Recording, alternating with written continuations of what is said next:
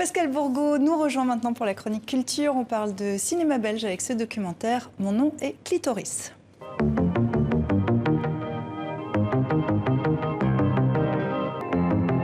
C'est vrai que pendant peut-être 5 minutes, je me suis dit genre, oula, mais tu te rends compte sur ce que tu es en train de faire? Je me disais, est-ce que c'est vraiment une bonne idée de montrer ton visage, de parler de tout ça? Est-ce que ton copain, il va pas être un peu vexé que t'étales ta sexualité? Moi, je dirais les premières sensations, c'était en primaire, à la piscine. Est-ce que tu te souviens si on t'a parlé du clitoris en classe? Je me souviens que non.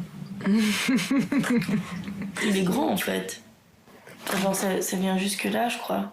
C'est la taille d'un pénis. C'est la même chose.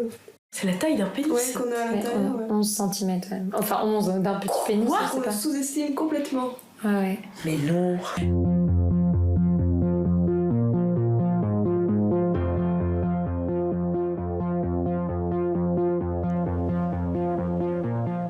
Bonsoir Pascal. Bonsoir Sylvia. Mon nom est Clitoris a eu le prix du meilleur documentaire au Magritte du cinéma belge, mais c'était l'année dernière. Voilà, c'était l'année dernière. Regardez ces images. Vous voyez Daphné Leblond et Isabelle Truc, la productrice, qui reçoivent leur statuette. Et ce sont des images que nous ne verrons pas cette année parce que les Magritte ont décidé, à cause du Covid, d'annuler purement et simplement l'édition. Alors ça va créer un embouteillage l'année prochaine pour l'édition 2022 puisque vont être pris en compte les films de l'année qui vient de s'écouler et ces films aussi. Donc ça va être le gros embouteillage. Alors il y a quand même une petite fête du cinéma belge sur les antennes de la RTBF, à la fois sur la télé avec des émissions, des retransmissions de films qui ont eu des prix et également sur leur site VOD, donc vidéo à la demande, et notamment parmi les films qui vont être rediffusés, Duel d'Olivier de Massé de Passe que je vous propose de regarder en extrait bien sûr.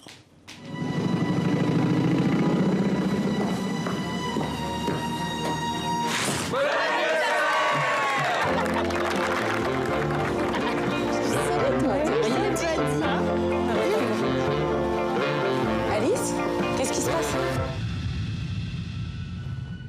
Maxime a eu un grave accident hier. C'était un accident. Tu n'aurais jamais dû le quitter tes yeux.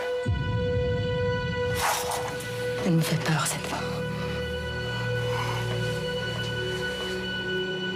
Elle va se venger sur Théo. Je ne veux plus que tu utilises ce passage, d'accord? Là, c'est pas elle qui me fait peur. Tu me crois pas? Elle te manipule et tu le vois pas! Je devrais te faire enfermer.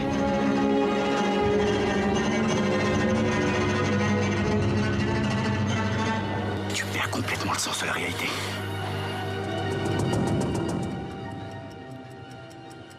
Voilà, c'était le Magritte du meilleur film de l'année passée. Rendez-vous l'année prochaine, donc si j'ai bien compris. On croise les doigts. Ouais, voilà.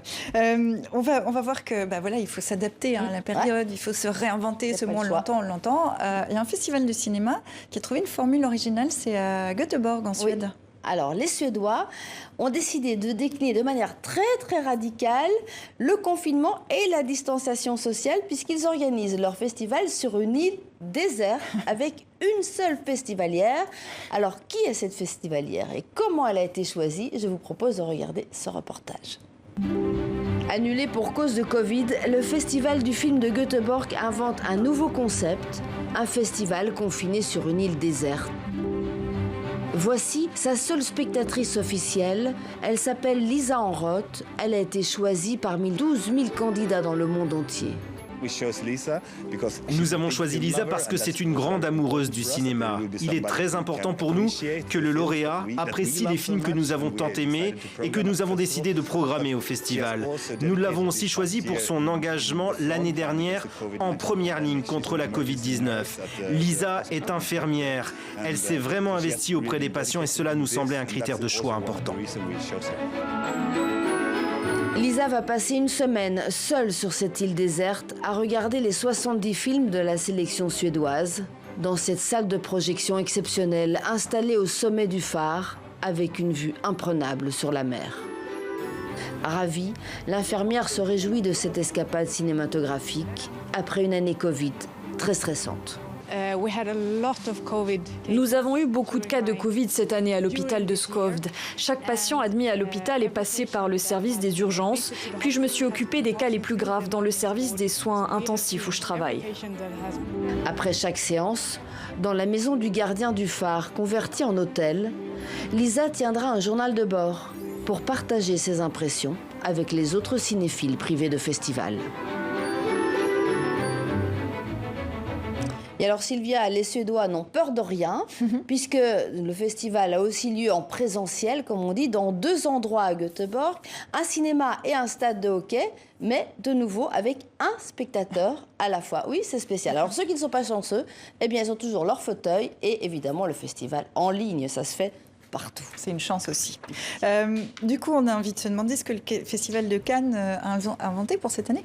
Oui, alors vous vous souvenez, l'année passée, ils ont fait un label Cannes avec une sélection élargie. Cette année, ils ont bien décidé, enfin ils espèrent pouvoir maintenir l'édition en présentiel, mais elle a été un petit peu décalée. C'était normalement du 11 au 22 mai et la montée des marches n'aura pas lieu à cette date-là, mais du 6 au 17 juillet. Voilà, on croise les doigts à nouveau pour que cette édition de Cannes ait lieu normal. Pas que pour Cannes, un peu pour tout. Merci beaucoup. Merci beaucoup, Pascal. À très bientôt.